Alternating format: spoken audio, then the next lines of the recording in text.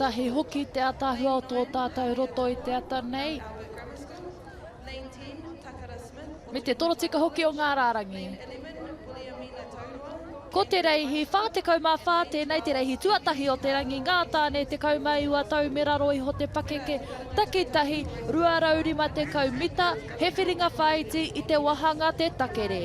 Kei te aratua toru, te wharekura o Maniapoto, te Kuiti High School kei te aratua whā, te kura o ngā ruahinerangi kei te aratua rima, Tauponu i Atia College kei te aratua ono, te kura tuarua o Rāhui Pōkeka, Opononi Area School, me te kura kaupapa Māori o te Orini kei te aratua iwa. Kua tū te haki whero e te whānau. Kua tū te haki kakāriki, i tēnei te reihi whātekau mā whā, ngā tāne te kaumaiwa tau, me raro iho te pakeke. Aratua iwa tērā, honore tōna ingoa.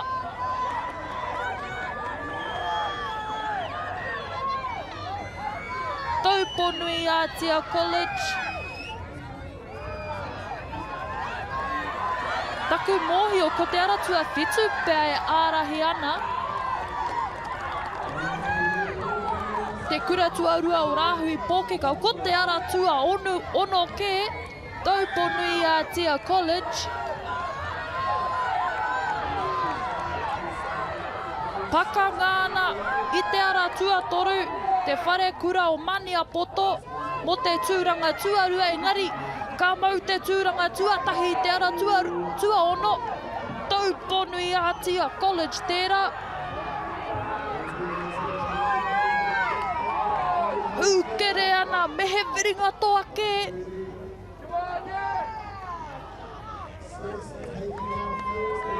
Ko te aratua ono ka tuatahi mai, kakahihi pai whakanui tana kura, kātahi ko te aratua toru, nā wai ko te aratua whitu.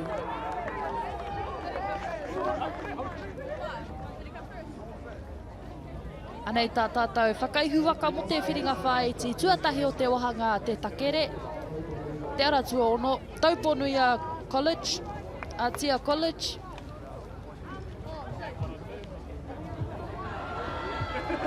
Nei te tōaitanga e te whānau. Ko te aratua whā me te aratua ono i te arahi te timatanga, kia tai ki te haurua. Ko te aratua ono e hūkere ana, matangirua ana. Nā, i mau ki aia tērā whakaihuakatanga mo te roanga o te reihi. Ka matua mau tana tūranga ki te whiringa toa, ai te wahanga te takere hei te ahiahi nei. Anei ngā whakaputanga.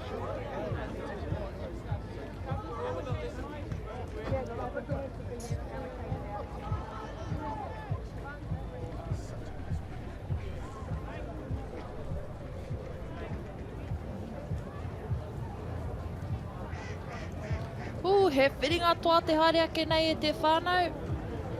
I te wahanga te takere. Te kauma toru katoa, ngā waka haurua i tēnei reihi.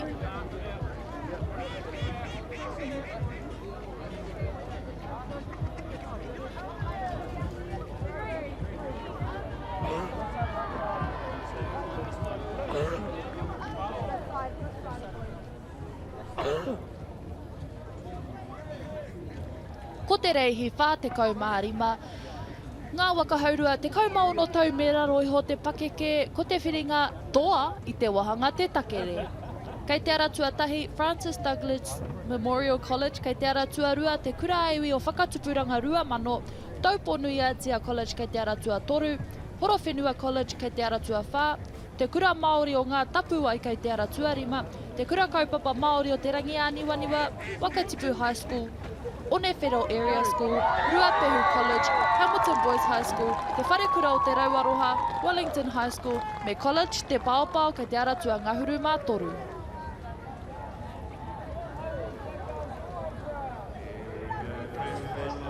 Kua tū te haki kakāriki i te whiringa toa tuatahi o te rangi nei e te whānau.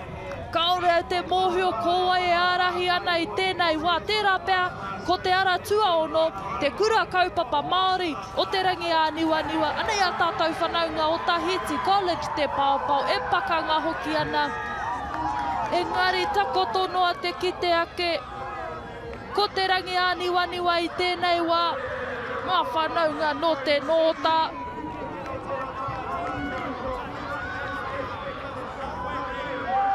E pakanga ana. Te ara tua whitu, te ara tuarima no hoki. Te kura kaupapa Māori o ngā tapu ai.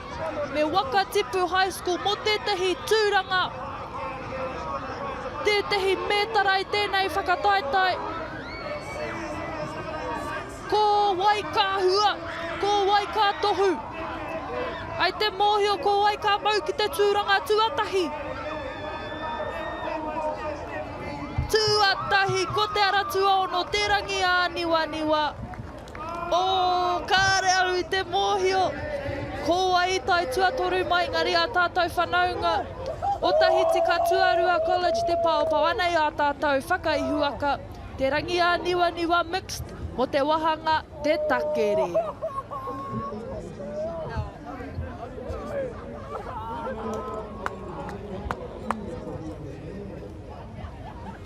Anei te tō aitanga. Ka te kite ia hoenga. Kei te koke whakamua te waka, te aratua ono, te rangi a niwa. I mau I a rātau tērā ārahi mo te roanga o te reihi. Ka tūhei whakaihuaka. Mō ngā wakahaurua te kaumaono tau me raro iho te pakeke I te wahanga te takere. Ka nui te mihi, ka nui te mihi.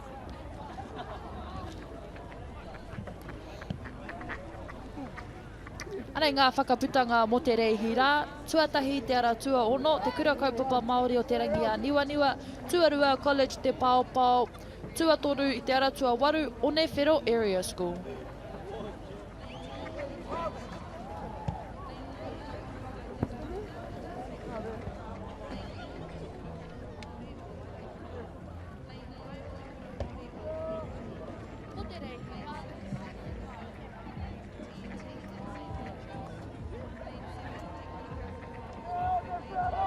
Ko te reihi whā te kauma ono, ngā tāne te kauma iwa tau meraro iho te pakeke takitahi 250 mita he whiringa whaiti I te wahanga te takere. Kei te aratua whā te kura kaupapa Māori o te pihipihinga kākano mairangi a te atuarima te wharekura o Maniapoto, Francis Douglas Memorial College kei te aratua ono te Kauwhata College kei te aratua whitu Opononi Area School, te kura kaupapa o Ruamata kei te aratua iwa.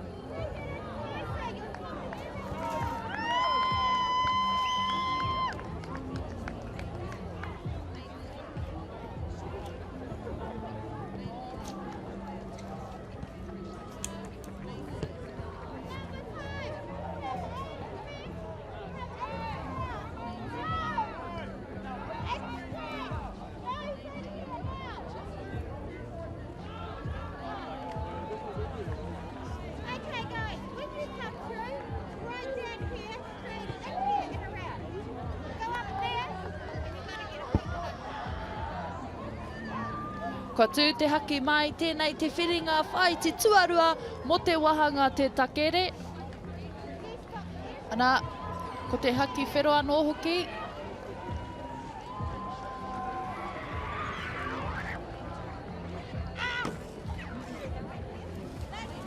Me te haki kākāriki I tēnei te whiringa whaiti te takere tuarua o te rangi nei.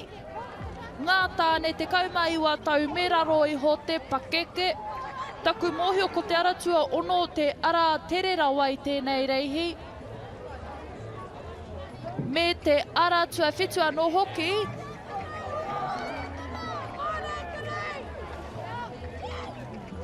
Hūkere ana tātou tāne hiakai kia whai tūranga ki te whiringa toa. Hei te ahi nei. Nā whai anō kei te aratua ono, he hūkere te take, he horo.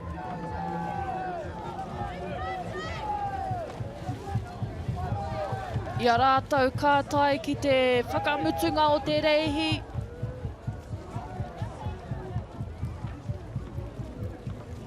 Ka kite i te piki o te manawa taki.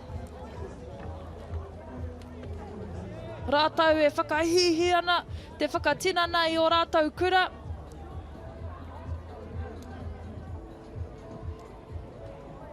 Francis Douglas Memorial College, tērā ka tuatahi mai i tēnei te whiringa whaiti tuarua. Tuarua i te ara tuawhetu, te Kauwhata College kātahi ko te wharekura o Maniapoto. Ka pai whakanui ka tika i te ara tuaono tā tātou whakaihuaka.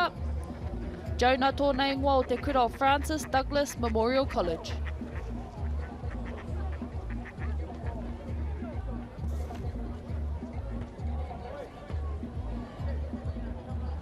Anei te tōwaitanga e te whānau, i te timatanga o te reihi āhua pakanga te ara tuawhitu me te ara tuaono, engari te āhua nei ko te nakawhiti i mau ki te ara tuaono. E paku tiro tiro haere, engari ko ia ke ka mau hei whakaihuaka, ko ia hoki ka whai tūranga i te whiringatoa hei te ahiahi nei.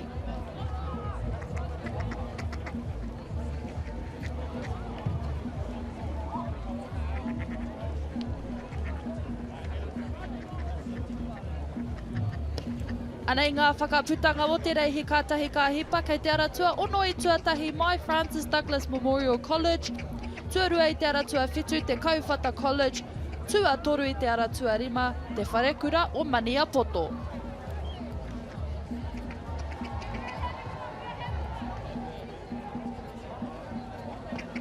Ko te reihi whā te kaumā whitu ngā tāne te kaumā iwa tau meraro iho te pakeke, kei te ara tuatahi Shirley Boys High School, te haukura a Kiwa, te kura kaupapa Māori o MΑORI a Maui, Mount Roskill Grammar School, te kura kaupapa o Ruamata, te wharekura o Rākau Mangamanga, Rotorua Boys High School, me Shirley Boys High School kei te ara tua iwa.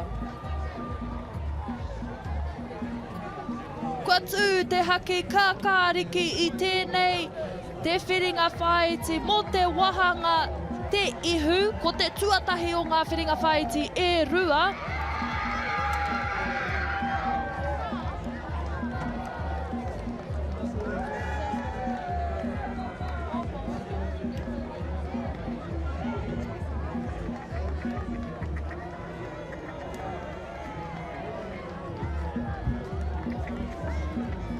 Hūkere ana, ko te aratua ono, e te aratua whitu tērā e pakanga ana i tēnei wā.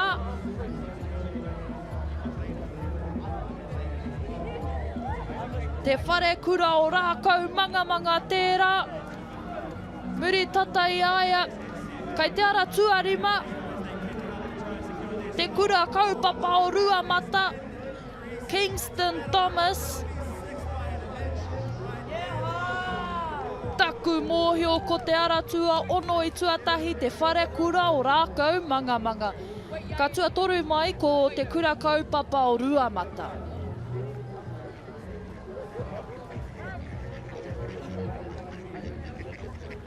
Kei te ia tātou ka tai ki ngā reihi i te wahanga te ihu ka tere haere ka aua pōturi taku ki te kōai awai. Ko ai ka tuatahi mai, ko ai ka tuarua mai.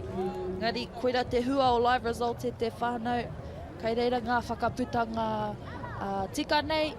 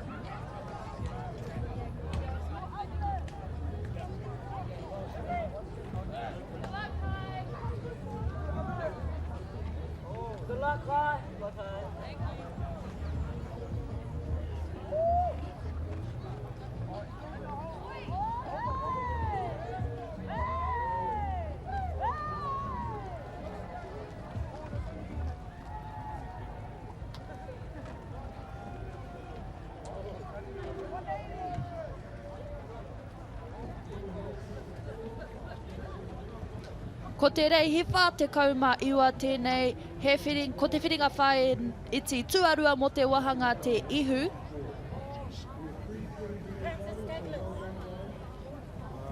Kua tū te haki pango. The boys are looking a bit keen today, whānau.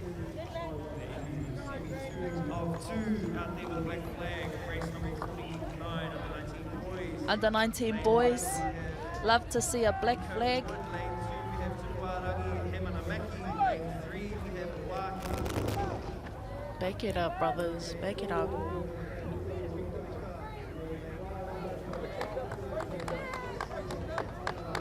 And they're off, whānau. Ko te reihi whā te kaumaiwa ngā tāne, te kaumaiwa tau me raro iho te pakeke. We have our fast qualifying times in lane 6, 7 and 5. Oh, who's that? I think that might be Tyler from Onewhiro Area School, battling it out with Jack Gifford from Tūrangatane. I know these boys mean business. Muri tata ia rātou. Te rito rika in lane 4, Rotorua Boys High School. Oh, we have a good battle on the water, whānau, between Jack and Tyler. Foo. Oh, kōwai. Oh, I think Tyler might have taken that one. Jack taking second. Yeah, I reckon. And then Terito coming in third. Oh, it's gonna be a close final. Exciting, whānau, exciting. Anei tā tātou whakaihuaka mo te reihi, te ratua ono. Tyler tōna ingoa o Onewhiro Area School. Meke brothers, Meke racing this morning. Anei te tōaitanga e te whānau. All pretty close the whole way. Oh, lane 5 trying to push forward.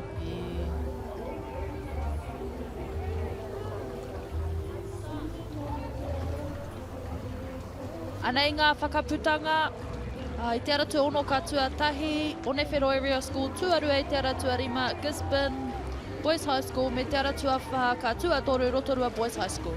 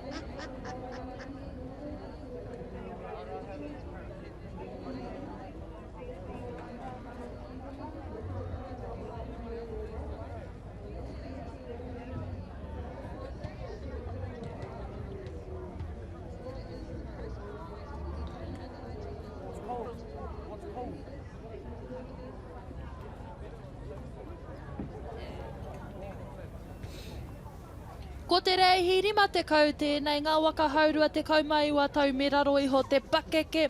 He whiringa toa tēnei i te wahanga te takere. Kei te ara tuatahi, te kura kaupapa Māori o te pihipihi ngā kākano mairangi Atea. Wellington High School kei te ara tuarua. Francis Douglas Memorial College kei te ara tuatoru. Te kura kaupapa Māori o Wairarapa. Te kura Māori o Porirua. Sacred Heart Girls College kei te ara tua ono. Te kura kaupapa Māori o Whakarewa i te reo ki tūwhare toa, te kura o te kao, te kura kaupapa Māori o Hoani Waititi Marae, Whanganui City College kei te aratua Ngāhuru, te kura o Kokohuia, Tauponuia College kei te aratua Ngāhuru Mārua. We got a white flag, whānau.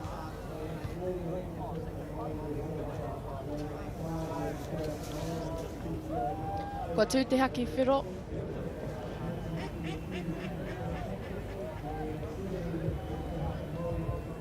Oh, come up lane 3. And they're off. Oh, he whiringa toa. Beautiful start in lane 2. Ngari taihua kai ki te mena ka mau i a rātou tau ārahi.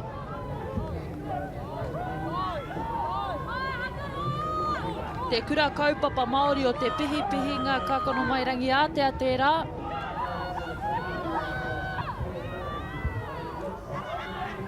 Oh, he whiringa toa e te whānau.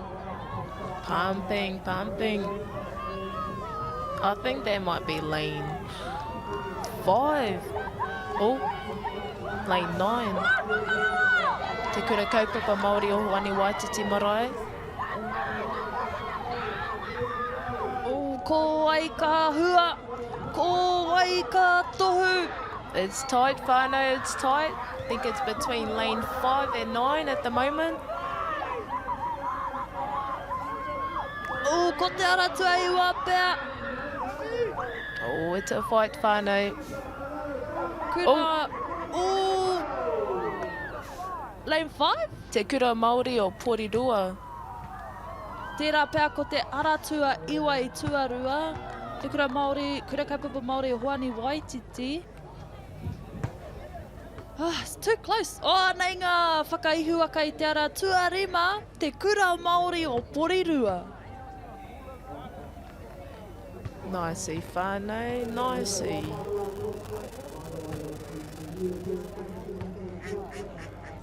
Anei te tōwaitanga e te whānau. Kaori tino kite, lane 9 possibly leading it halfway. It was anyone's race until that last 50 metres, I reckon. Porirua just taking it off Hoani Waititi.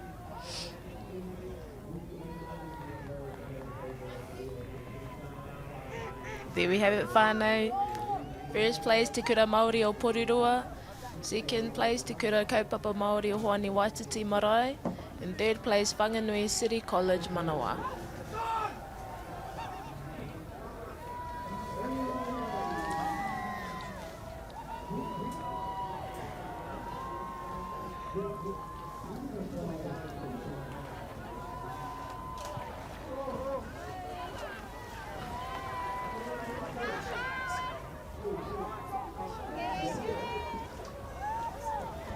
Ko te reihi rima te kaumātahi ngā wāhine, te kaumaono tau me raro iho te pakeke takitahi, ruarau rima te kaumita, he whiringa toa i te wahanga te kei, kei te aratua whā, te wharekura o Mauao, Cambridge High School kei te aratua rima, te kura o te kākaoroa o Pātetere kei te aratua ono, John Paul College, Bethlehem College, Manga ko Tukutuku College kei te aratua iwa.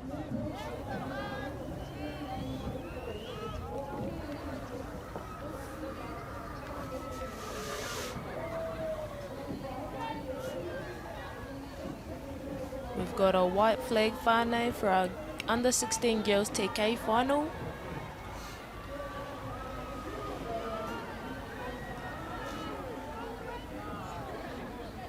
Oh, come up girls.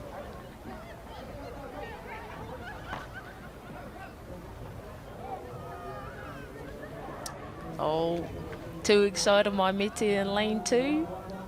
Trying to get herself a rolling start. Such a skill to perfect day.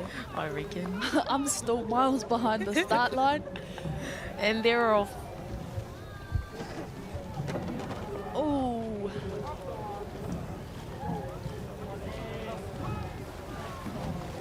think that might be Kyla Richardson getting a jump on the rest of the pack.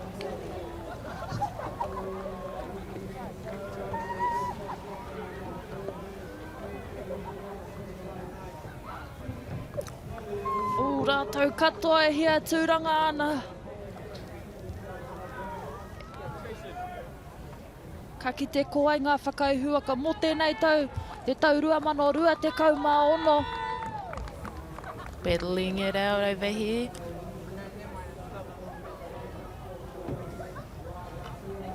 Sometimes it's hard to see your lane. Carry on, sister. Finish the race. Haere tonu, just another part of racing.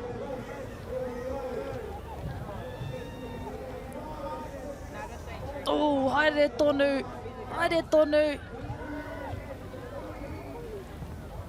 Paia thinks she's our current leader of the race right now.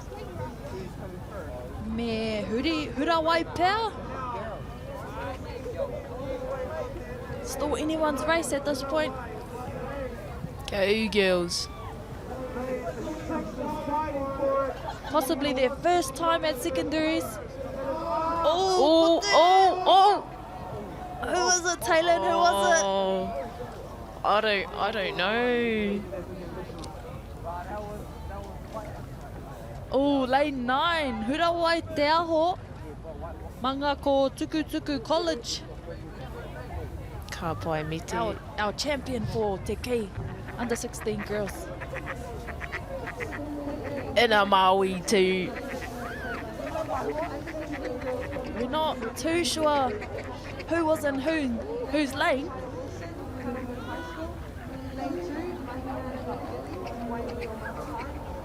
Oh, tight finish. Oh. Ka pai wahine mā. Nicey girls.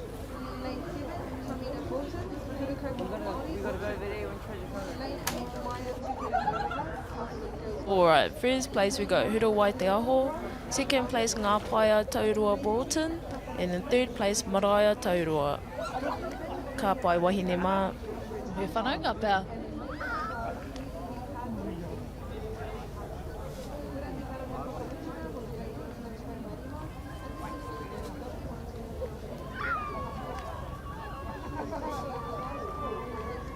Ko te rei hirima te kaumā toru, ngā tama te kaumā tau meraro iho te pake ke takitahi ruarau rima te kaumita.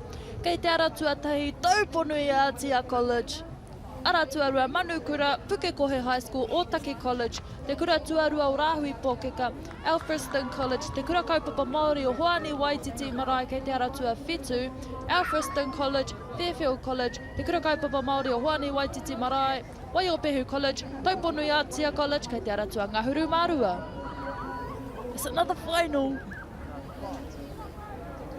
Back up, my bro. Back up, back up.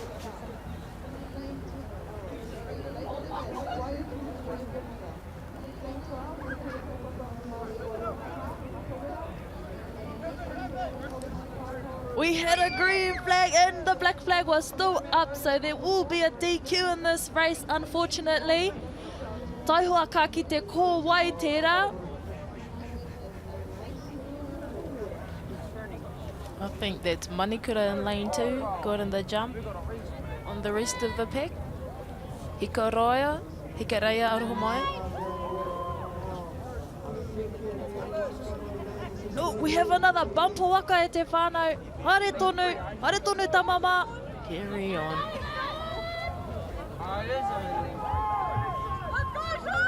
Lane 7. Roxon. Oh, kei te rongo e te haruru o ngā whānau i konei. Go, brothers. Hang in there.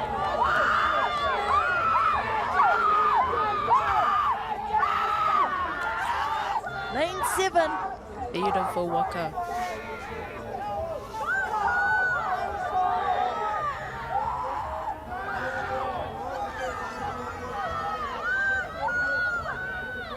Takoto noa. Easy mahi in lane 7. Tuarua pēr. aratua waru. Henry rahe ke whariu pēr tōna ingoa, engari anei te whakaihu waka. Roxanne tahi whatamaka tōna ingoa. Ka pai tā mama.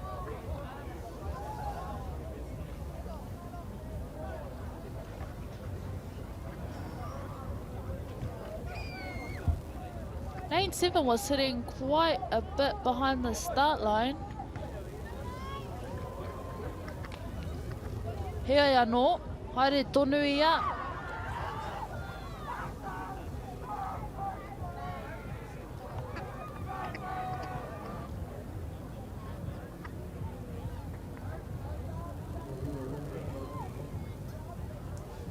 Alright, whānau, here are our placings.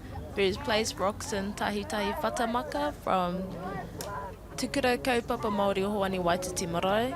Second place, Henry Rahike Whariu from Alfriston College. And in third place, Finlay Cameron from Fairfield College. Ka pai tō mahi tamama.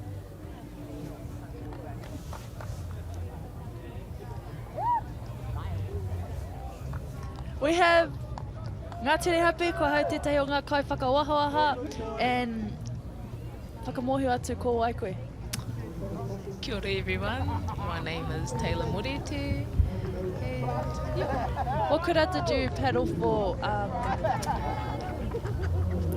I paddled for Manerua High School when I was still in kura. And what's your favourite thing about secondaries?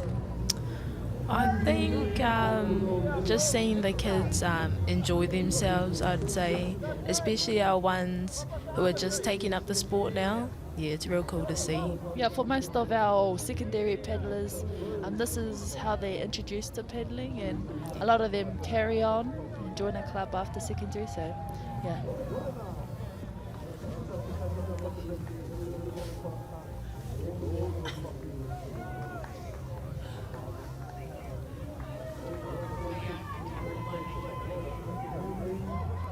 Because I write like...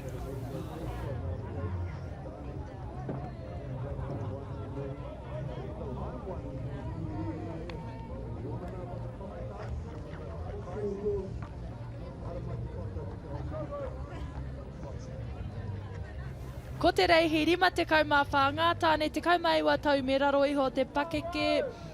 Waka haurarura rima te kaumita, he whiringa toa i te wahanga te takere. Kei te aratua rima, nei pia Boys High School. Te kura kaupapa Māori o Ngāti Ruanui kei te aratua ono, me Taiwananga kei te aratua whitu.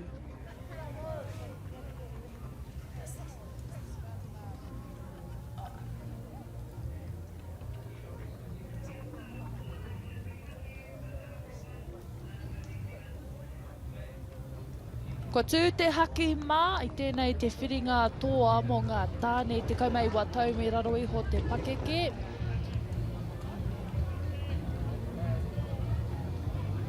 Peyton!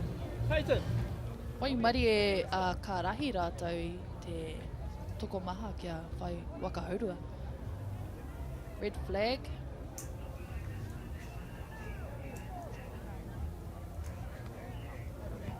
And they're off. Let's go, brothers. First one to get to the finish line. We have a quick rate in lane 5.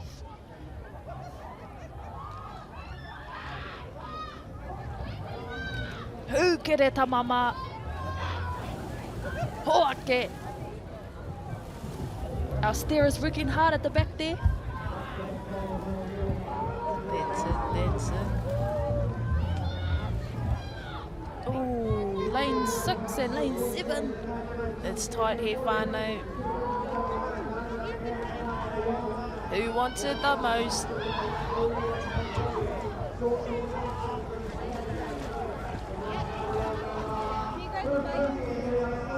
Ooh, Still quite close, to tell. It's anyone's race. oh, we have lane 5 coming up. I think it might be lane 5, whānau. Haere, hoake. Yes! Oh, ko te aratua rima. Napier boys. Most of the race it was lane 6 and 7 fighting for first and second. We have lane 5 sneaking up on them. Napier boys. Ka pai tamama. Anei te tōwaitanga e te whānau. Lane 5 with a quick start, but lane 6 and 7 just ahead of them most of the race.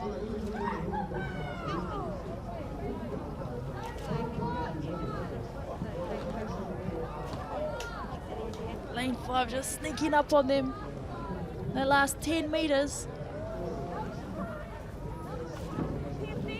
Anei ngā whakaputanga tuatahi ko te ara tuarima Napier boys, tuarua ko te ara tua ono te kura kaupapa Māori o Ngāti Ruanui, me Taiwānanga i tuatoru.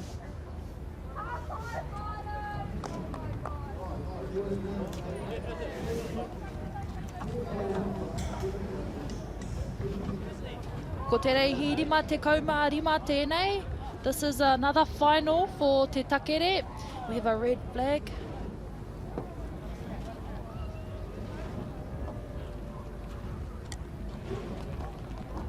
Green! Wake! Under 16 girls W1 te takere final. We have Kaya, Mahinarangi, Ala, Michaela, Ava, Manoia Rose, Tamina, Maya, Halia, Takara Rane, Williamina, me Stevie Lee, kei te ara tua Ngāhuru MΑORI.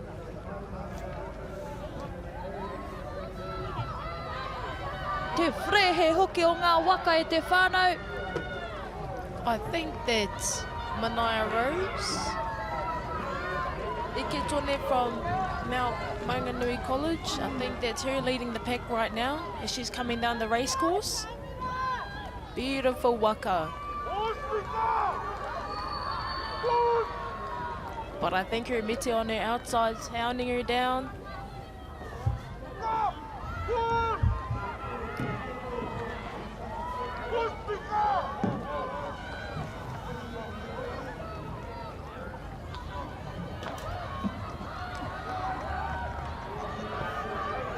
It's still Manoia's race, whānau.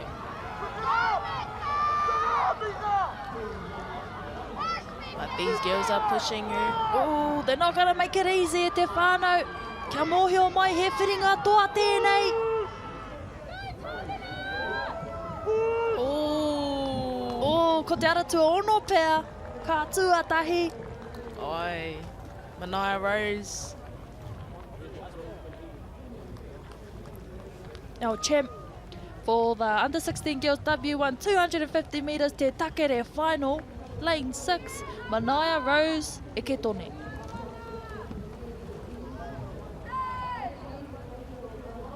I'd say lane 5 had the best start out of the pack, I reckon. Ava Rakina. More Kiri High School ia.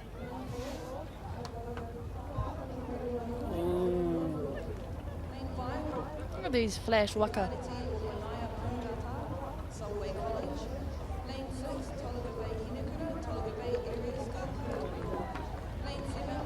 Anei ngā whakaputanga mo te reihi rima te kaumārima, tuatahi Manoia Rose, tuarua Tāmina, tuatoru Ava Rakena i te ara tuarima.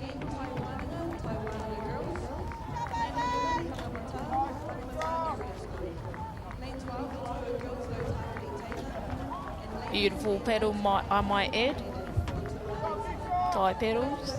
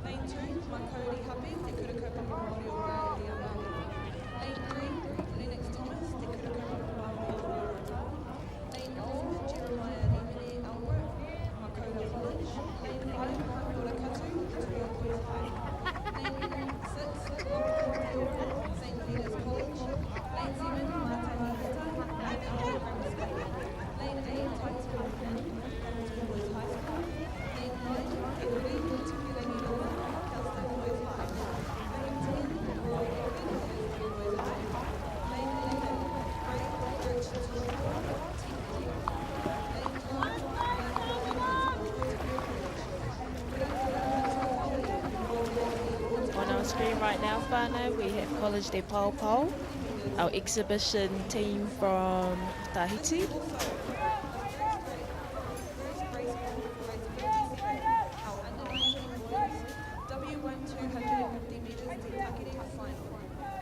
We have race 56 on the water, under 16 mixed, W12 250 metre te final, lane 1 Gisborne boys to Rangatani, and Gisborne girls I believe, lane 2 Manikura Taina, lane 3 Sacred Heart and Hatohoani, lane 4 Ngātai Atea Arani, lane 5 Hamilton girls Whiro and Tipene, lane 6 Te Kura Kaupapa Māori o Kaikohe, Diesel Patrol, lane 7 Rakaumanga Mixed, lane 8 Waiheke High School, lane 9 Te Kura Aiwi o Koko Huia Rawea, lane 10 Te Kura Kaupapa Māori o Te Waiu o Ngāti Porou I believe, 35, lane 11 Waiuku Wai Hononga, and lane 12 Te Kura Kaupapa o Ruamata Matawera.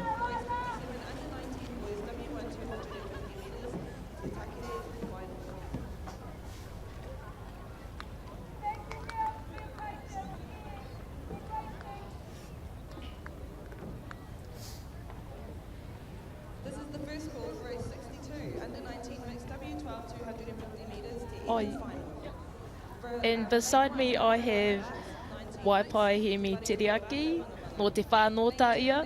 Morena, morena. Ka hoia ia mō Team Te Ari ni. Ai ngā hoihoro no Paurenga. Kia ora, kia ora. Lane 5, Ngātai Atea Hiriwa. Lane 6, Manurewa Mixed Gold, Manurewa High School. Lane 7, Te Kura Kaupapa Māori o Hokianga Puhi Moana Ariki. Lane 8, Cullinane College Boiler. Lane 9, Epsom Girls mixed with Westlake Boys. Lane 10, Manukura Tuakana.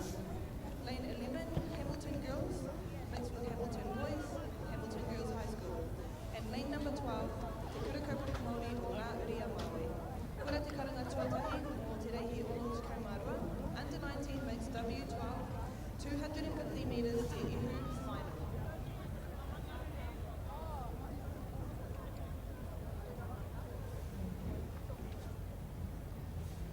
This is the second call for race 57, under 19 boys, W1 250 metres te takere final. Lane 1, Tū te Kahawā. Kua tū te haki mā. Lane 2, Anaru Ki te whakararangi ngā waka. Royce Baker, Whanoni Area School. Lane 5, Kua tū te haki whiro. Rajesh Te tiro ki ngā waka e hoia ki te timatanga. Breeze Hall, Te Kaupata College. Lane 6, Kua tū te haki kākāriki. Te tiro ki ngā waka e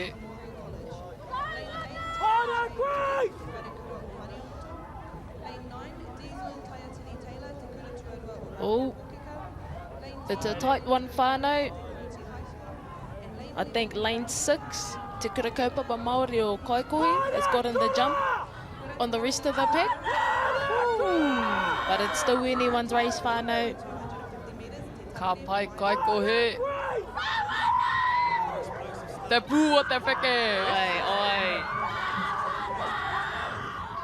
Oh, they've pulled away. Oh, they have a solid lead right now. I think Rakaumanga trying to push them out.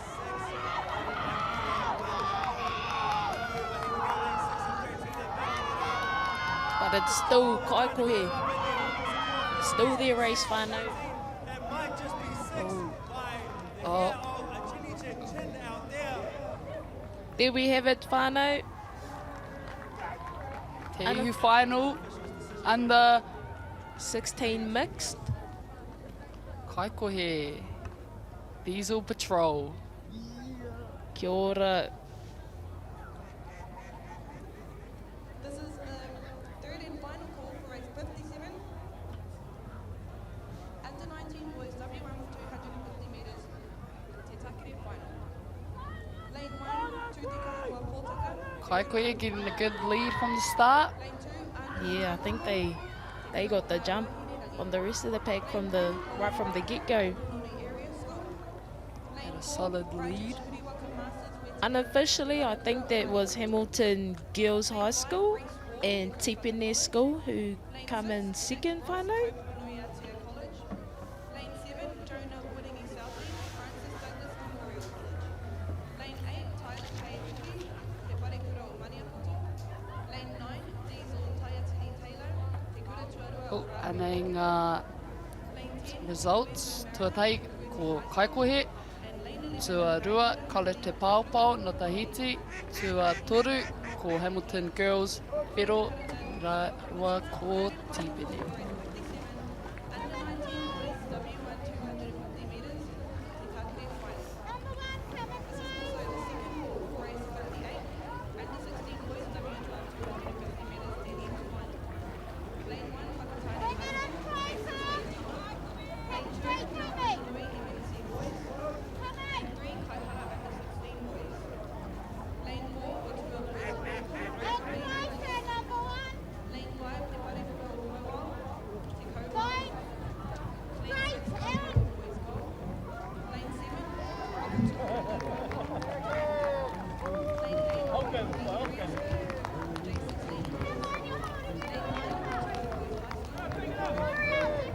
Lane 10, Tikitapu Māori o Te Kuatu, Waikato. Lane 11, Rotorua boys. Lane 12, Lane Sky, Te Oterangi. Kura te karanga tuarua o Te Morena everyone. Morena, morena. My name is Taylor Morete and I'm one of your commentators for the morning. Morena ko Waipaia he mitiriaki au. No te rangi a niwaniwa, no te taitokirau. Ai.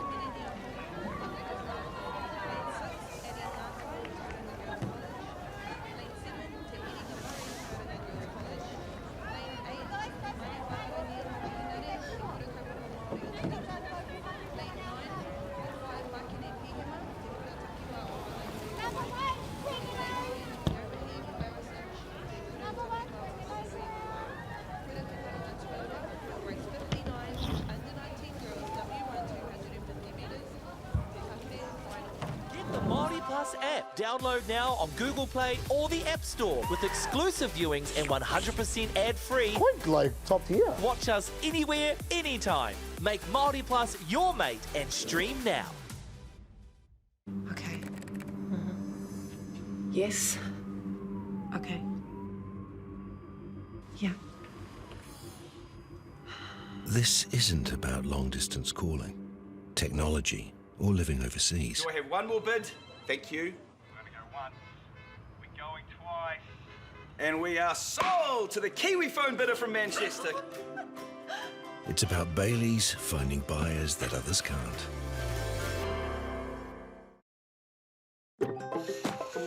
Whoops, running on empty? Enjoy a 6 cents per litre fuel discount at your local Caltex with Pumped every day. Ah, feels good, eh? Get it at any participating Caltex. Dan Carter knew the power of winning. Your instincts tell you the sky's different. Flip side of that was the intense pressure. I'd go back to my hotel room and I'd be broken. Dan Carter, a perfect 10. Ki whakaata Māori, me MāORI Plus. Okay. Let's go then, eh?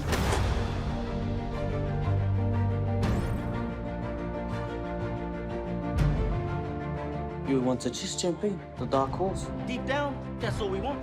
Just freedom. You sucker. You better watch out, you fool. I often think of my cousin. She didn't have anyone. She had us. You're pretty beautiful. Same.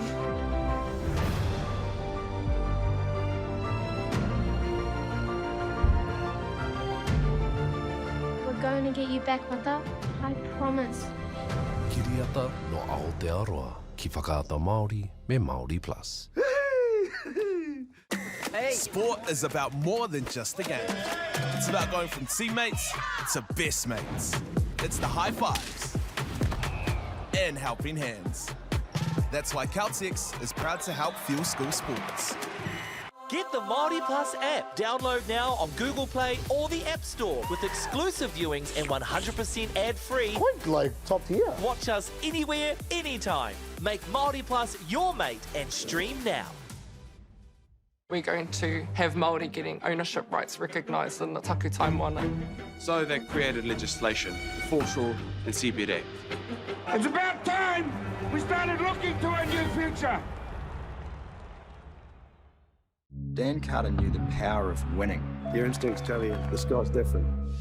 The flip side of that was the intense pressure. I'd go back to my hotel room and I'd be broken. Dan Carter, a perfect 10. Ki whakaata Māori me MāORI Plus.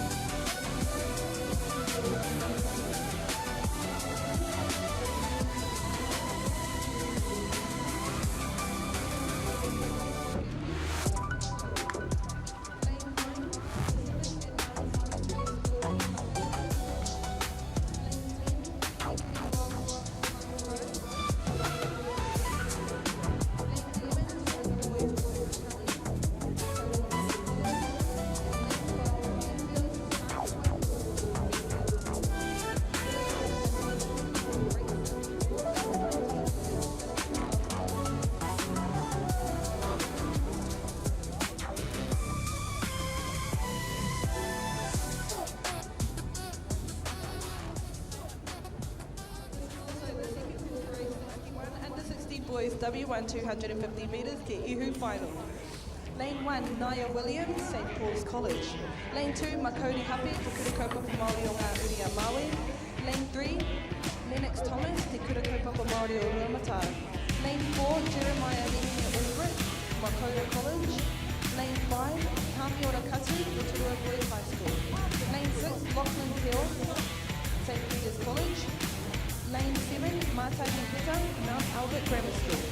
Lane 8, Titan Min, Hamilton Boys High School. Ai te ara tautahi ko tū te kaharua pōtaka no te kaupapa Māori o Ruamata. Te ara tuarua ko Anaru Taitoko, te kura o ngā rua hinerangi. Te ara tua toru ko Loris Baker no Opononi Area School. Ara tua whā ko Ray Jess. Huri Waka Masters Wetere no te wharikura o Maniapoto. Ara tua rima Rise War no te Kaiwhata College. Ara tua ono Nick Ross no Taupo Nuiatia College. Ara tua whitu Jonah Wiringi Southie no Francis Douglas Memorial College.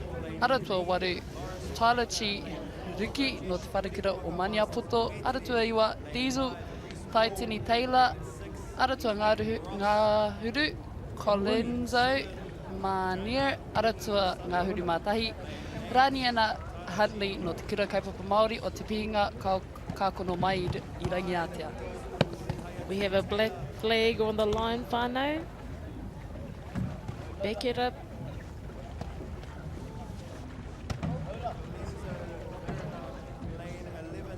Ara tua whā. Kei mua I te rārangi timatanga. Back it up, bro. Oh. We have a green and black flag, whānau. Ara tua whā, me te ara tua rima. Ko puta mai I te timata.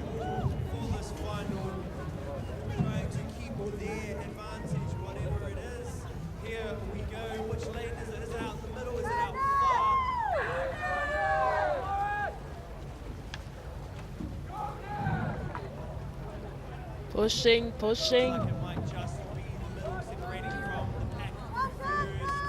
Ara tua whā, rima me te ono. I think that's Reese War, no Te Kauwhata College. He is our leader as of now.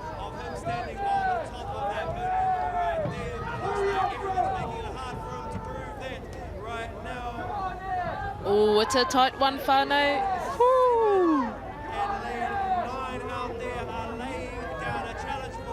Oh, Painara. Oh, I think it might be Nick Ross, no Taupo Nuiatia College, ia.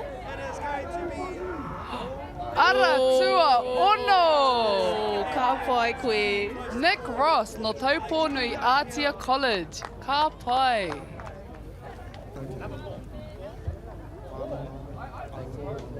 Ka pai ta mama. That was a wicked final. It doesn't matter if I'm on the mic or not, I'm still shouting. Still getting excited, it doesn't matter. So,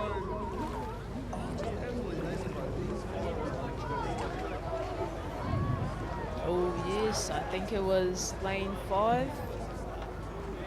Our leader coming across the halfway, but Nick Ross was able to peel these boys back. Can I get up the lines?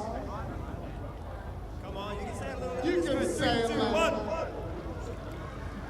When I say up the, you say up.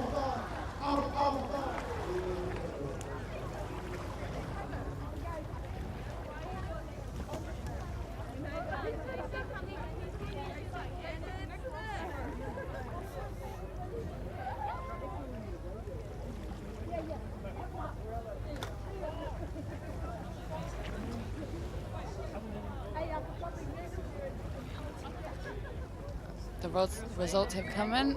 First place was Nick Ross. Second was Rise War. And third was Jonah Wiedingi Southey.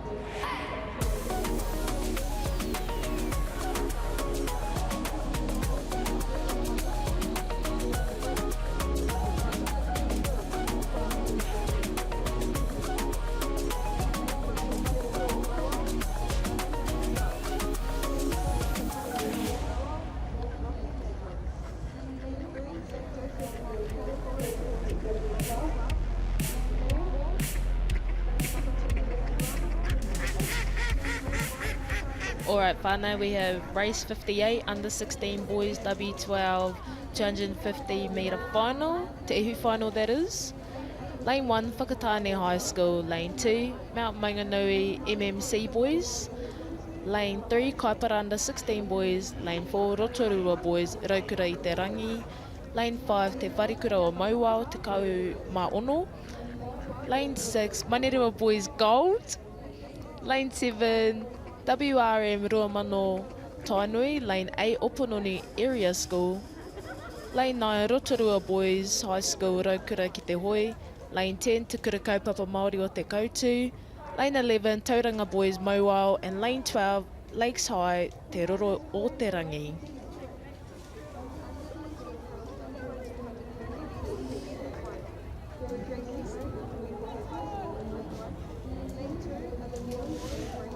This should be an exciting final e te iwi.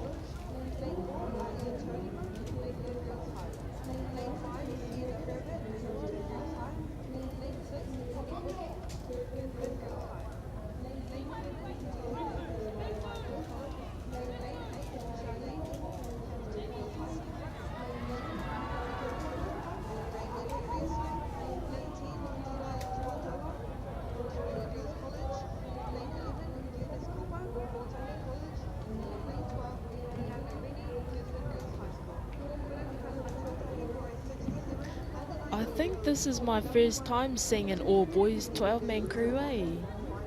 Really? Yeah, I think it's been like mixed for the past couple of years, eh? Yeah. I think this is the first time they've introduced an all-boys and all-girls 12-man. Oh. So exciting for them. An opportunity to grab themselves some medals.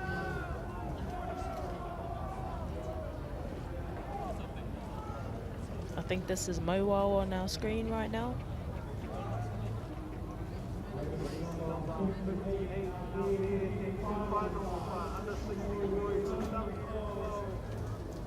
Out there in lane 1, we have Waka Ama High School J60 Kama. Out there in lane 2, Mount Maunganui MMC boys. Lane 3 is Kaipara under 16 boys. Lane 4, you have boys high. Raukura i te rangi. Lane 5 is the wharikura o Mauao te kau. Lane 6 is Manerua boys gold. Just found out, Taylor, you're one of the coaches for Manerua Boys Gold under 16s. I excited for my boys, our boys from Rewa. Hopefully they can showcase what they're capable of today. I know these boys woke up real keen, real excited, so Ka pai. yeah, hopefully. Oh, there they are on the screen, whānau. Hopefully all our whānau and Manerua are tuning in to watch their boys, their tamariki today. Rewa haere te whānau.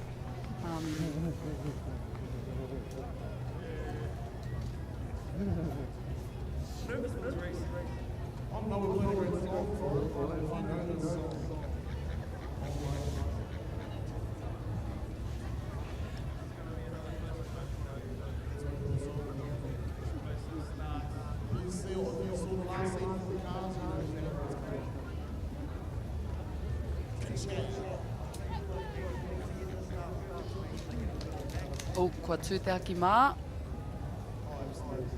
Anei ngā waka e re whakararangi ana. Anei te haki whero. They're all coming up as one to the start line. Making sure they're not going over. Oh, I think that's lane 6 e te whānau. Lane 4 and 6 got a good start, right on that start. Yeah, Getting out of mastered there. that rolling start e te iwi. Oh, Manerua, here they are. Yeah. Oh, neck and neck, lane 4, Rotorua Boys High School. Oh, it's a battle between Rewa and Raukura i te whānau. Who's it gonna be? Oh, Rotorua just getting in front of them, just past that halfway. It's a battle, whānau.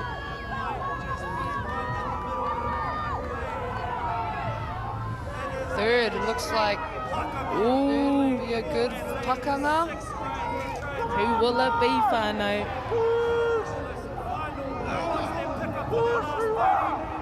Oh, Oh! gonna be. Oh! Oh! I don't know who that is, whānau.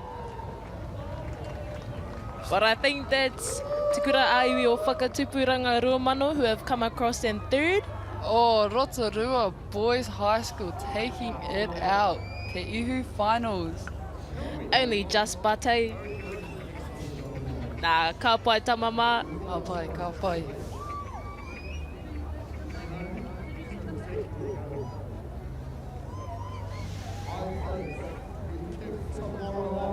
Wicked start from lane 4 and 6, I'd say. Got the jump on the rest of the pack right from the get-go.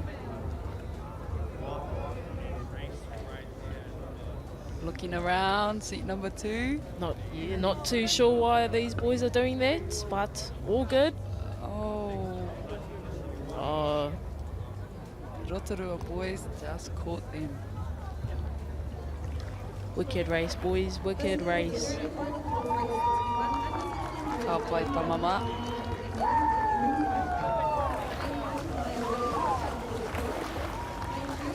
And first place, Rotorua Boys High School with a time of 101. Second place, Manurua Boys Gold. Oh, with a time of 101.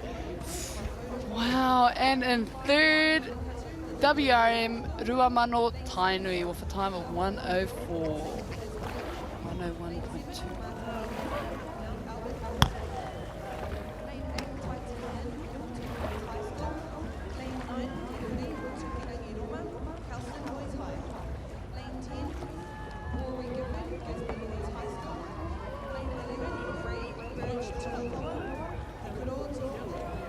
Race 59 on the water, whānau.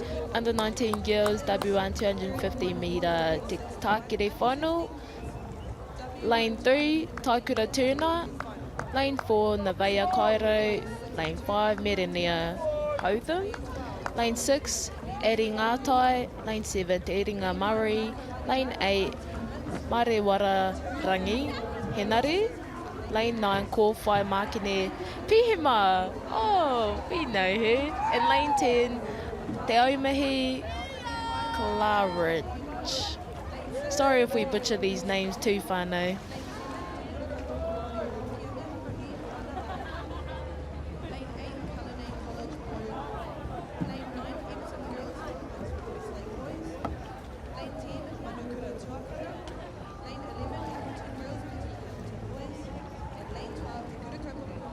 Back it up, girls, back it up.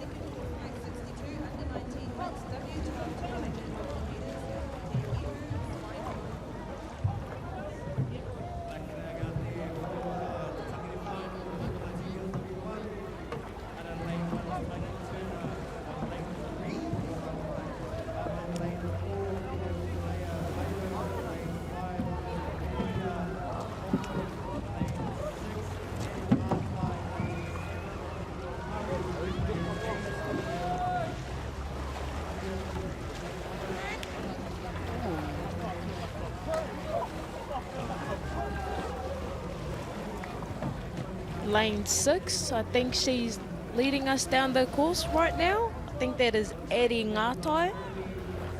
No Tauranga Girls College here.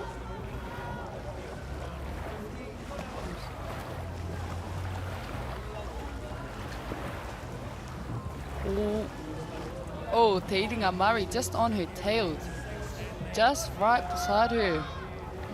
Battling. It's a close one, whānau. They're not making it easy for Eri Ngātai.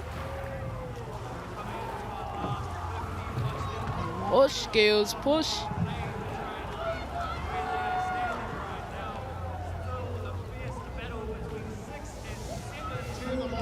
Bit of a battle going on there.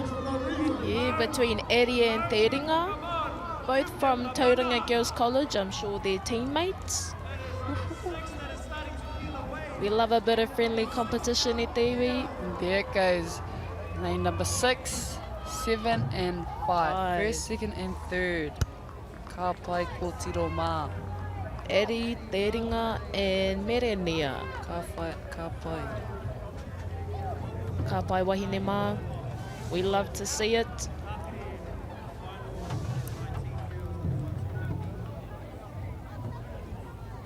Eri Ngātai.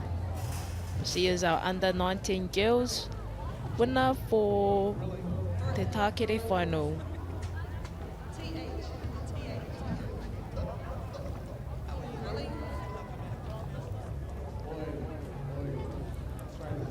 Oh, it was tight. But Eddie was able to pull away from the rest of the field. Ka pai. Get your photos. You'll see them on the Facebook page tonight at TV. In first place, Eri Ngātai with a time of 1:26. In second, Te Ringa MΑORI, time of 1:27. And in third, Merenia Hotham with a time of 1:28.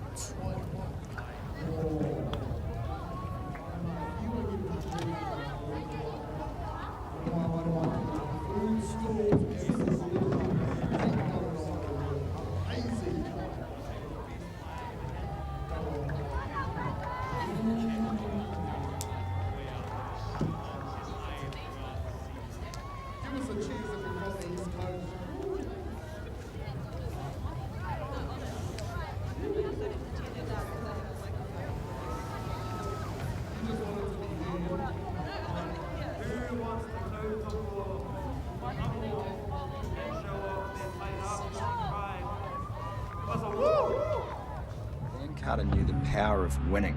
Your instincts tell you the sky's different. The flip side of that was the intense pressure. I'd go back to my hotel room and I'd be broken. Dan Carter, a perfect 10. Ki whakaata Māori me MāORI Plus. We're going to have Māori getting ownership rights recognised in the taku taimwana. So they created legislation, the Foreshore and Seabed Act.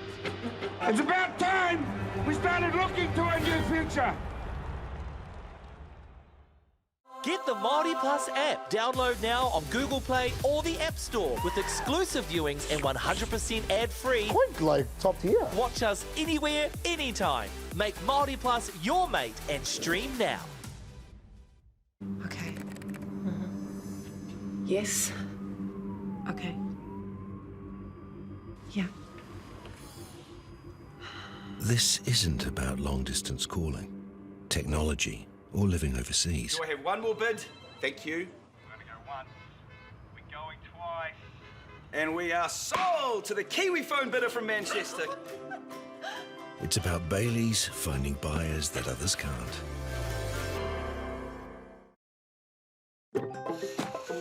Whoops, running on empty? Enjoy a 6 cents per litre fuel discount at your local Caltex with Pumped every day. Ah, feels good, eh? Get it at any participating Caltex. Dan Carter knew the power of winning. Your instincts tell you the sky's different. The flip side of that was the intense pressure. I'd go back to my hotel room and I'd be broken. Dan Carter, a perfect 10.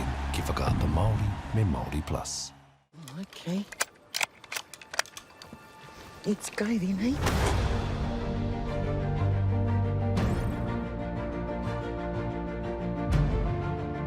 You want a chess champion, the dark horse. Deep down, that's all we want. Just freedom. You sucker. You better watch out, you fool. I often think of my cousin. She didn't have anyone. She had us. You're pretty beautiful. Same.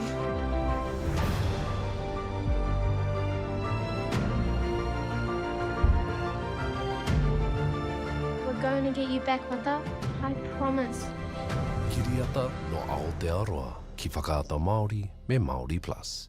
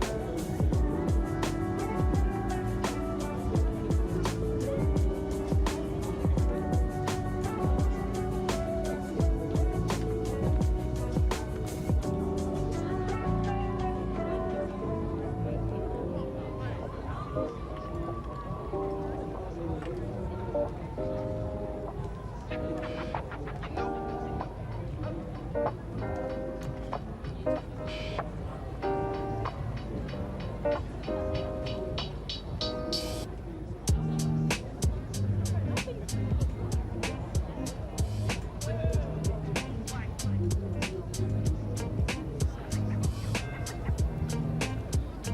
whānau, we have race 60, under 16 girls W12 Te Hui final. Lane 1, Te Wharekura o Mauao. Lane 2, Te Wharekura o Mauao. Lane 3, St. Joseph's Māori Girls College. Lane 4, Te Kura Aiwi o Whakatupuranga Ruamano.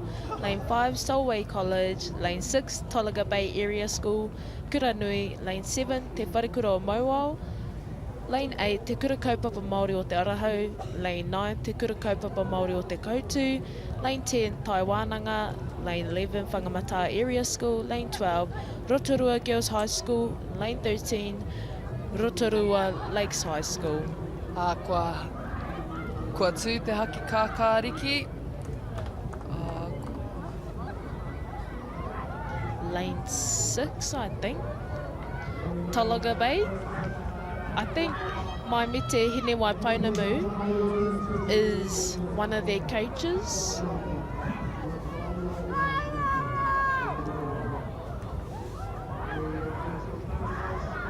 Uawa. Kapai girls.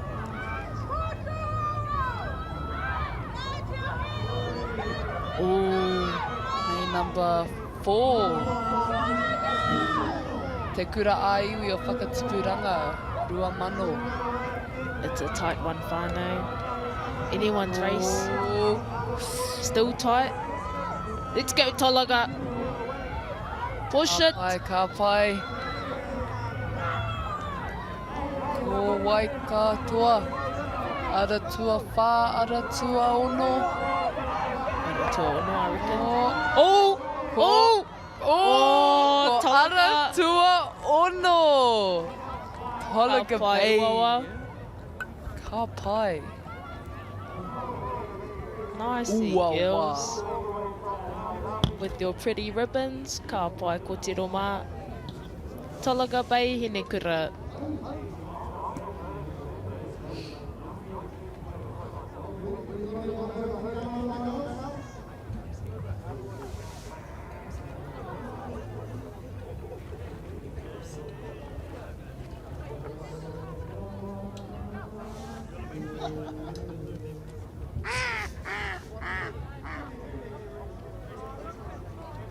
Ooh, tight finish.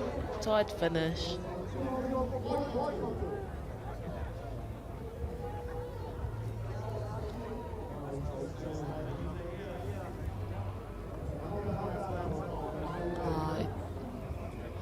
Tuatai ko Tolaga Bay Hinekura, tuarua ko Ruamano Huia, tuatoru ko te kariti o Manaia Pūrata. Ka pai.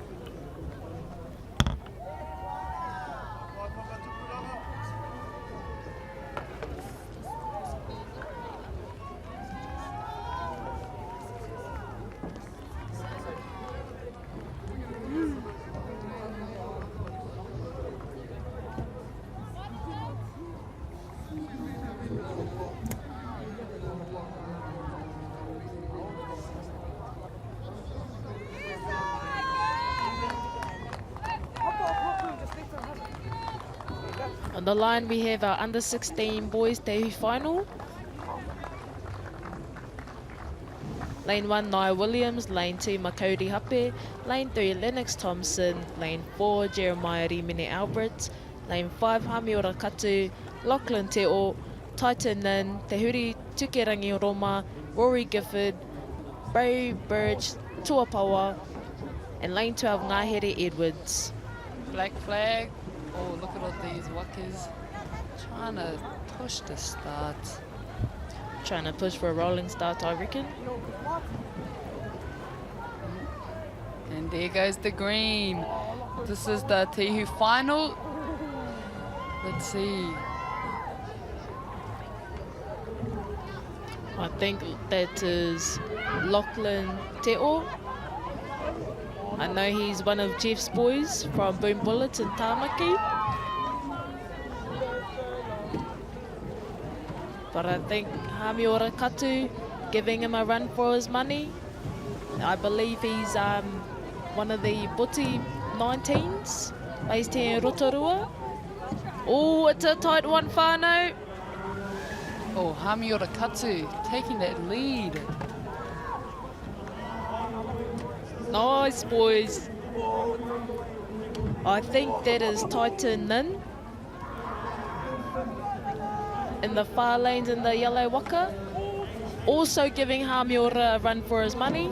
It's anyone's race at the iwi. Oh. Oh. Lane number 8. Oh. Oh.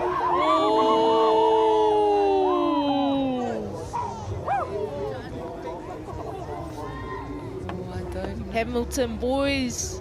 Titan Nin.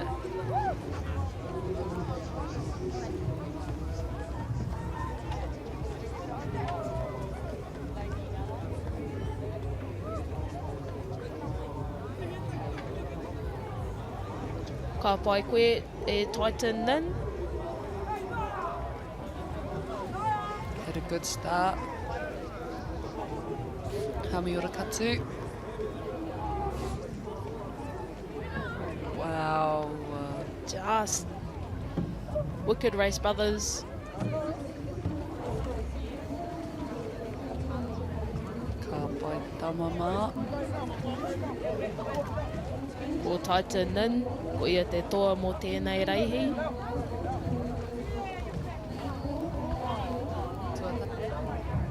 We have first place Titan Nin with a time of 1 minute and 6 seconds. Hamiora Katu in second place, and Lachlan Te O from St. Peter's College in third place.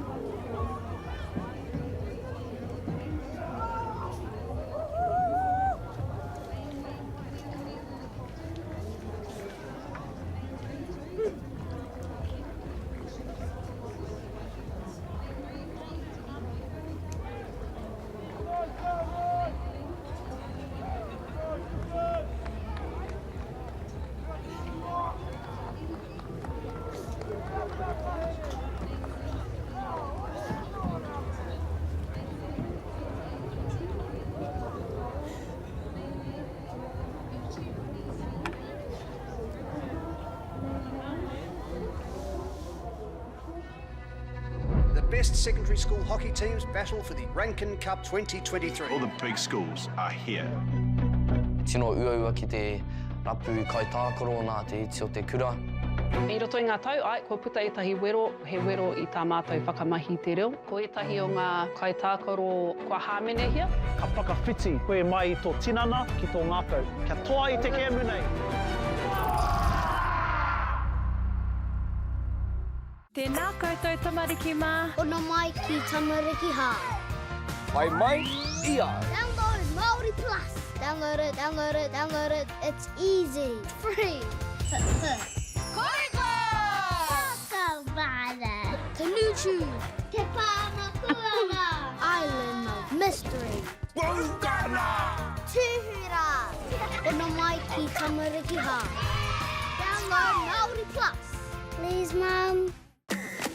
Hey. Sport is about more than just the game. It's about going from teammates to best mates. It's the high fives and helping hands. It's learning when to back yourself or back your buddies. It's actually being excited to get out of bed early on a Saturday. Sport is about more than just the game. That's why Caltex is proud to help fuel school sports.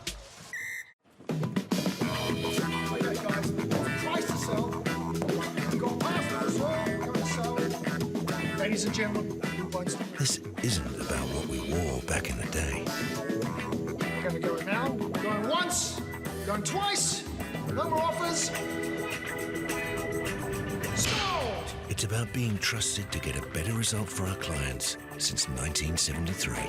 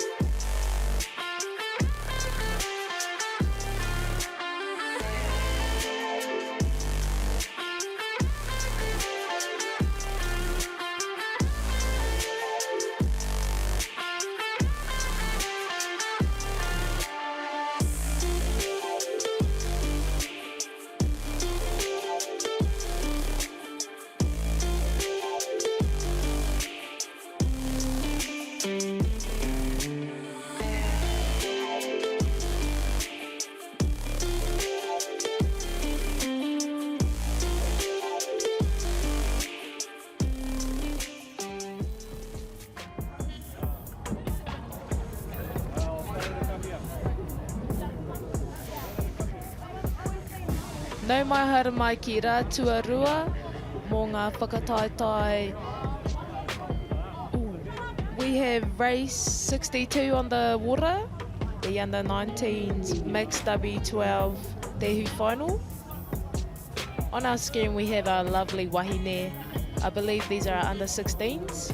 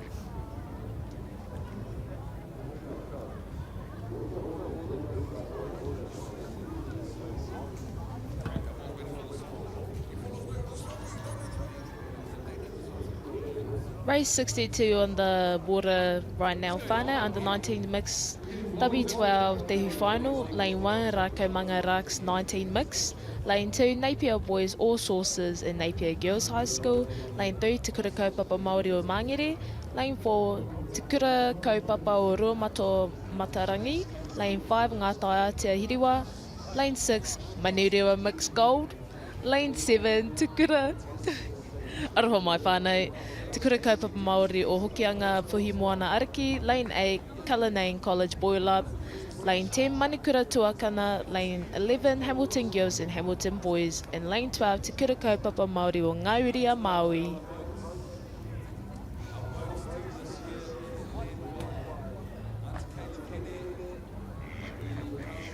We have Manurewa on our screen right now. I have my idol there in seat number 6, Maro's Morete. Big shout out to her. Koia tōku teina as well e te iwi. Koia te kauringi. Ko tū te haki whero. They're all coming up together. Oh, black flag. Oh, try to get a running start. Too keen e te iwi. This is the Te Ihu final. Very exciting. Oh, and there goes the green. I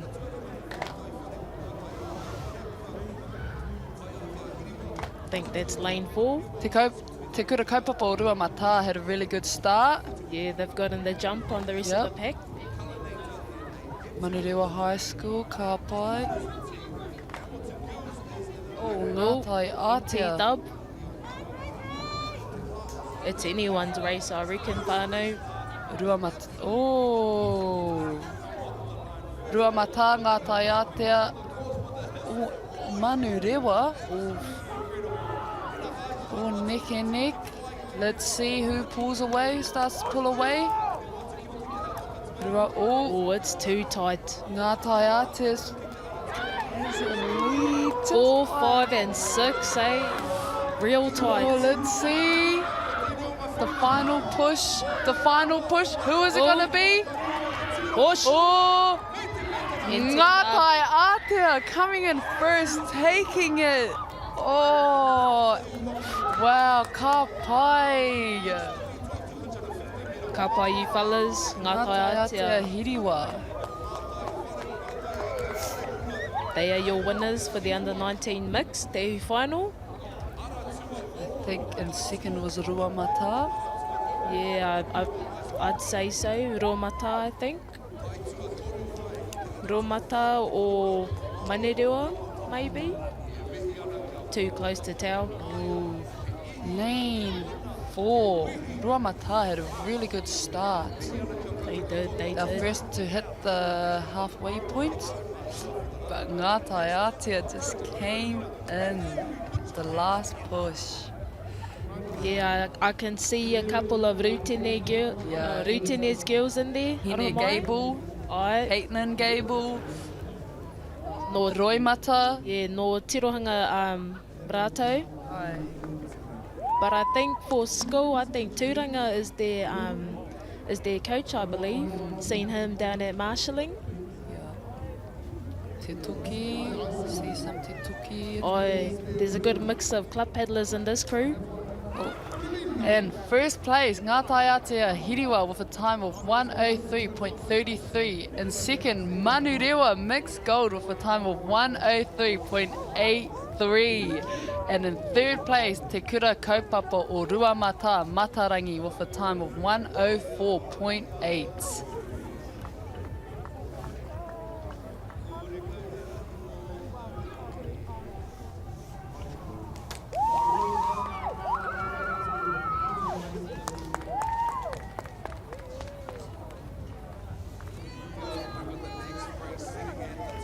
Race 63 on the water. Oh, we have a final, under 16 girls Te Ihu final. Lane 1, Kiriana. Lane 2, Tūte Mākoha Kemp. I know who. Lane 3, Tiki Pounamirika. Lane 4, Aniwa Manuel Mikaio.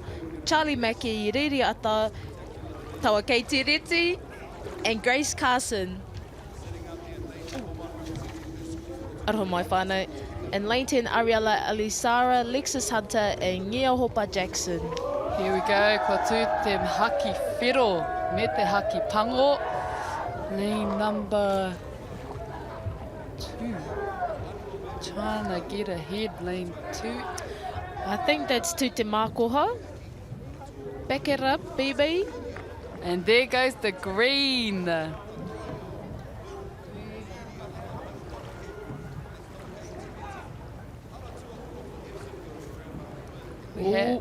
I have one of my idols in here, Katie Reti. Alright. Tawa Katie. She means business. Lane 6 and 7. Neck and neck. That's Katie and Riria. That is Tiki Pounamirika on our screen, and Aniwa and Charlie Mackie. Oh, lane. It's good to see some rangatahi from Tūranga putting on a showcase in this final. Ka pai girls, I'm sure you've made your club very proud, and your coaches. Ka pai Riria. Iriria ata, ka hoia mō Harauta Waka hoi, puhi kaiariki. Lane 5, 6, 7 and 10. But we've got Katie. Katie Iriria battling it out. Katie from the whānota. Ahoi horo Team Te Are. Aye. And who is it going to be? They both mean business. Oh, Go it's girls. a close finish. Yeah. And Katie Oh, Reti Katie. takes it out for the under 16 girls W1 division. So happy. Oh, come on. We love you, Katie. She is the under 16 secondaries champ for 2026. These are new colours for our mete over here. Oh, but te rito. Te kuratai o te rito. Ka pai. Oh, nicey, Katie. Nice start. Who was that? Lane 3. Tiki Pounamu. Riria. Oh, but Katie just came in. Wow, what a finish. I think that was Lexus. Oh, ka pai koe. Katie. Titiro. I Team think Te Are blade Lexus she's using. Bit of promo, Dewi. She's also going to Singapore. So if you want to tautoko her haerenga, please feel free to do so. Let her mother Shivoriti know, please. The results in first place, Katie Reti with a time of 1:19.44 seconds. Second, Riria Ata with a time of 1:19.72 seconds. And in third place, Lexus Hunter with a time of 1:20.34. Ka pai wahine mā. Ka pai.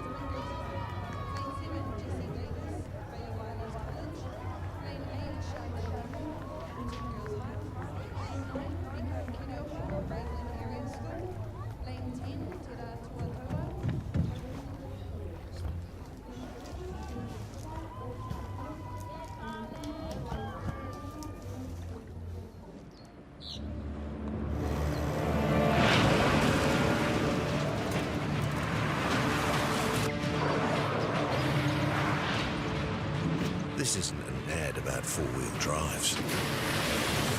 It's about knowing the place, as well as the locals. You found the place. That's a good start. Built by my great-grandfather 20 years ago. We're going to have Māori getting ownership rights recognised in the taku tai moana. So they created legislation, foreshore and CBD. How can you allow this to happen in the 21st century? What it is the same old faces, the Ken Mears, the Harawira families, the haters and wreckers. It's about time we started looking to a new future. What you can do in 50,000 turn up. Okay. Let's go then, eh?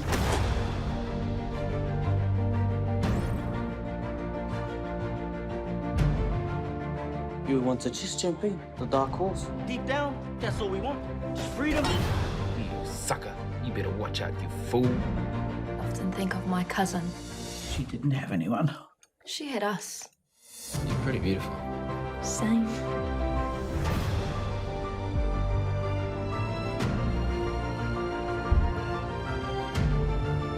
We're going to get you back, Mata. I promise. Kiriata no Aotearoa, ki whakaata Māori me MāORI Plus. It's a real privilege, but you know, for us, we want to see others get involved in this. This is not a selfish thing for Apollo. This is about how can we get, whether it's construction or other businesses, to get involved in this.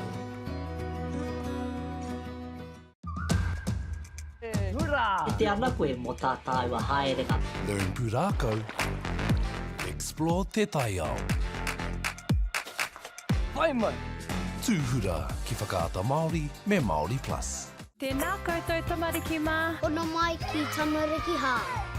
Whai mai, ia. Download MāORI Plus. Download it, download it, download it. It's easy. It's free. Koiko! Kawada. Tanuchu. Te Pāmakuana. Island of Mystery. Wokana! Tūhura. Ona mai ki tamariki hā. Download MāORI Plus. Please, Mum.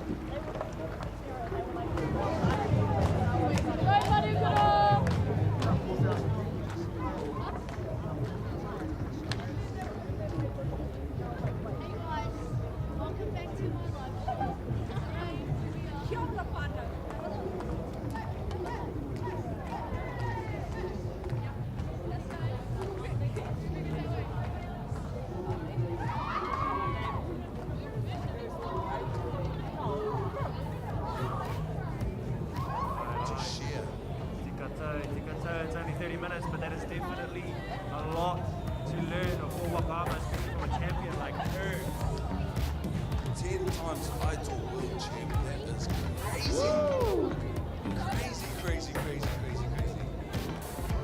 I've seen YouTube clips, I've seen Insta posts, I've seen Facebook reels of this auntie doing absolutely incredible stuff. And you know what, it's not even just the racing, it's how she spends and dedicates her times to the community. That's what I love. It's her unwavering support of not only her culture, her language, her identity, but the growth and development of the sport throughout not only the nation, but throughout the whole entire world. Head up, go and say hello to Auntie Hiratea, take some photos, like, share, tag, Waka Ama NZ, 2026, Waka Ama Sprints, tag all of her handles, go and fill your kete mātauranga with as much Waka knowledge as possible. Work it.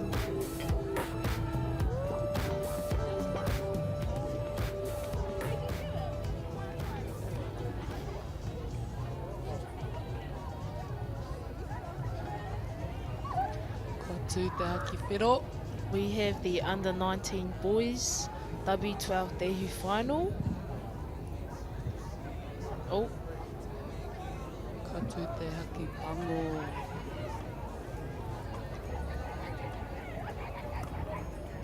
Lane 1, Te Wharikura o Maiwao. Lane 2, Lindisfarne College. Lane 3, Waiorea. Lane 4, Tuakau College. Lane 5, Rotorua Boys High School. Lane 6, Hastings Boys High School. Lane 7, Shirley Boys.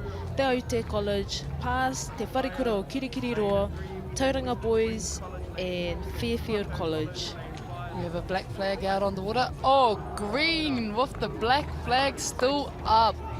Lane number 4, I think. I think that would have been Tuakau College. Who is that? Nice. Nice timing. Oh, straighten up. Car bites, keep going. Bit of bumper boats in front of us at the iwi. And again, for our 10 final. Carry on. Finish the race. Lane 6, Hastings boys. Oi. I think Akina. I have the lead right now. Ka pai tamama. This looks like the first 15 rugby team in front of us at Te Iwi. Ka pai. Alright. I think that's Hastings boys. Ka pai. Ara tua ono. Hastings boys. I think some of these boys pedal for Te Rauoranga o Ngāti Kahungunu. I recognise some of these faces. And some of these faces from footy as well. But nah, congratulations Hastings boys, manu huia.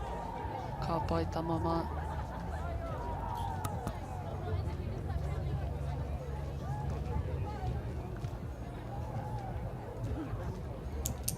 Replay, who lane 4, 5 and 6 had a really good start.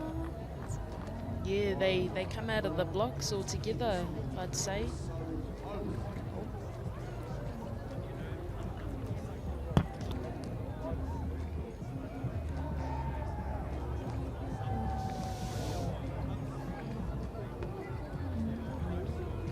Nice, boys. Deserve it.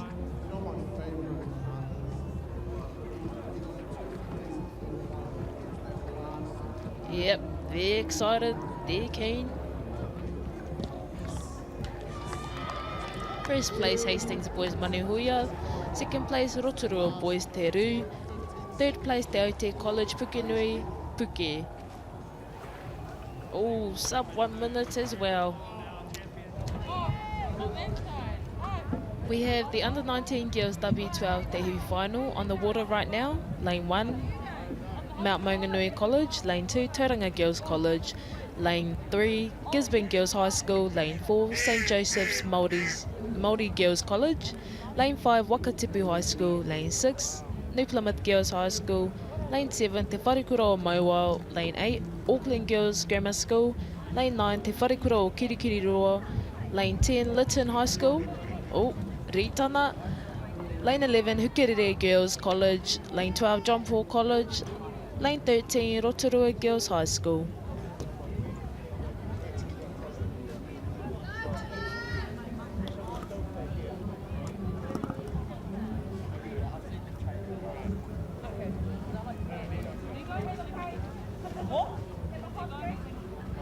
After they come in. Yeah.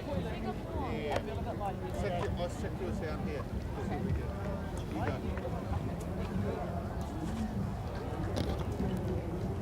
Katu te aki mā.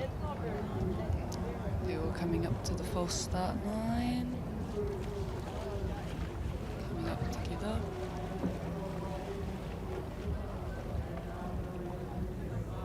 Tēnei te aki whiro. They're all coming up to the start all together. And there goes a green flag for race number 66, Te Hui final. I think that's New Plymouth Girls. I think they've managed to get a jump on the rest of the pack. Oh, lane 13. Rotorua. Rotorua Girls High School. I think this is Reitana on our screen. I believe Sister Kiri Ngātoro is their coach. Reitana hine wairere. Ka pai. Ara tua ono New Plymouth Girls High School. Oh, there's a solid lead. Beauty. Beautiful. I think New Plymouth are slowly pulling away from the rest of the pack. All coming up towards the end of the race, where everyone starts to push. Oh, they've picked up the pace. Getting ready to push. Oh, second place. It looks like it might be a New Plymouth Girls High School. Oh, I think that might have been Tūranga Wahine. Gisborne Girls, Big Booms. I think they've come in second place. Ka pai ko tiro mā. Get it. Ka pai New Plymouth girls.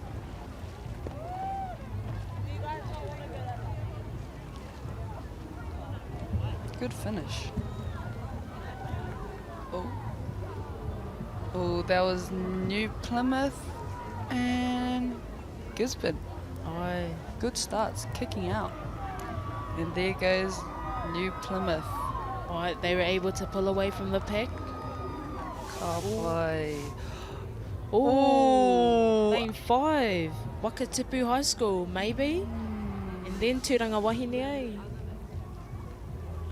But these are our winners. Winners of 2026 under 19 girls W12. 250 meters to you final.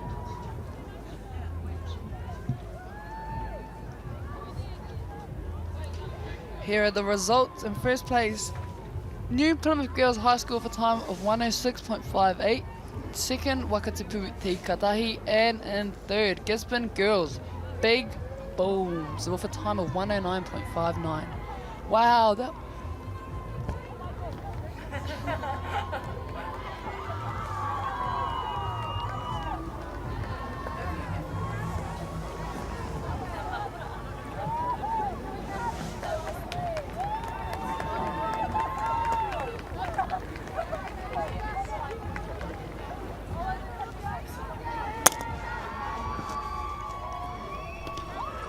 Race 67 in lane number 1, Gracie Moon. Lane number 2, Olivia Morley. Lane number 3, Mania Rolliston. Number 4, Aria Taurima.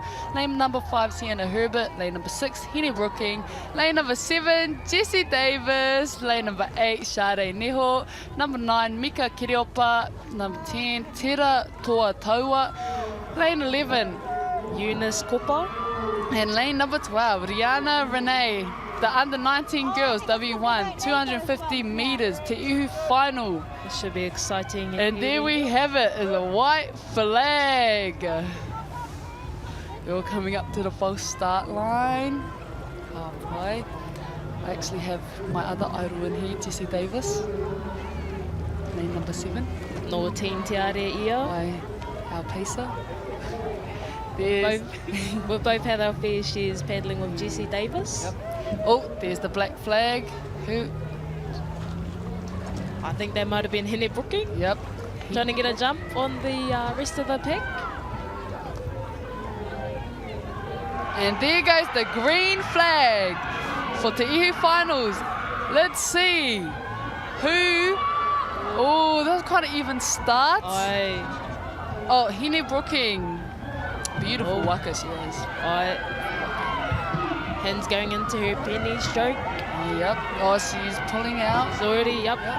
Jeffy. Name Share Neho on our screen. Henny Brooking.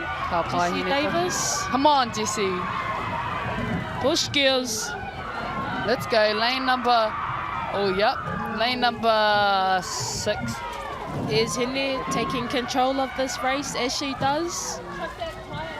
Just a matter of the rest of the girls chasing after her. Oh, at the moment, Tiwi. I think second place is going to be a tight one. Right. There's a couple of them. Might be blanket finish, maybe. Yeah. I think it might be Sade from Hamilton Girls. There's a couple under 19 New Zealand elite wahine in this final, actually. Ka pai. By Gabriel Wanohu. Ka pai, Henny Brooking, 250 metre champion, and in second place. Ooh. Aria Taurima, maybe? Yeah, Aria Taurima from Napier Girls. I think she Ka might have come second. Ka pai, Henny Brooking. Nothing new from Mete in lane 6. She is your secondaries under 19s champion for this year and your club under 19s champion. Ka pai, Albo. Ka pai, Henny Brooking. Replay, let's see. It's quite. Yeah, they've all come out of the blocks together, eh? Yeah. And commanding a lead. Ooh. Lane 3, Mania Rolliston. Wow. Ka pai. And there goes Pero of the Sonics e te iwi. Aria o Manoia. Who was it? Ka pai mai, mate. Pins in her pedal. Yeah, what a pretty blade. We'll hear the results.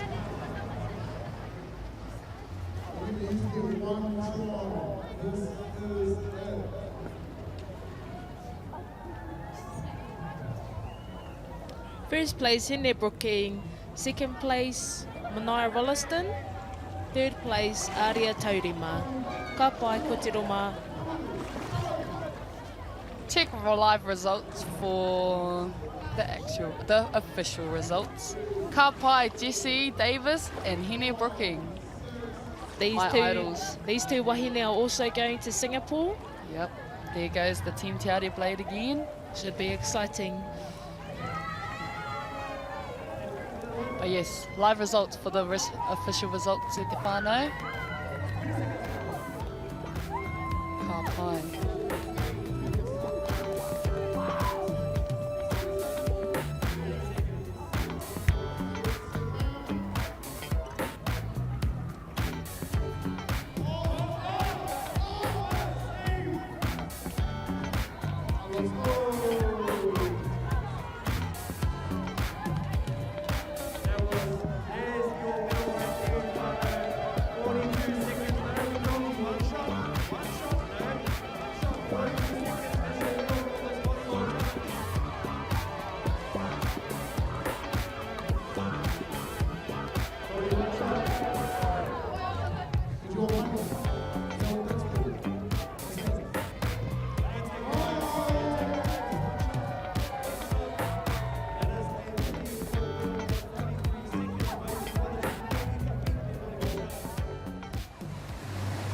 We're going to have Māori getting ownership rights recognised in the taku taimwana. So they created legislation, foreshore and CBD. How can you allow this to happen in the 21st century? What it is the same old faces, the Ken Mears, the Harawira families, the haters and wreckers. It's about time we started looking to a new future. What you can do in 50,000 turn up. Okay. Let's go then, eh?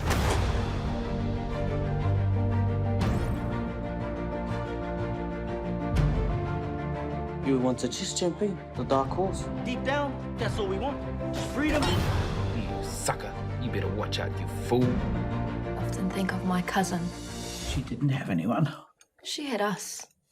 You're pretty beautiful. Same.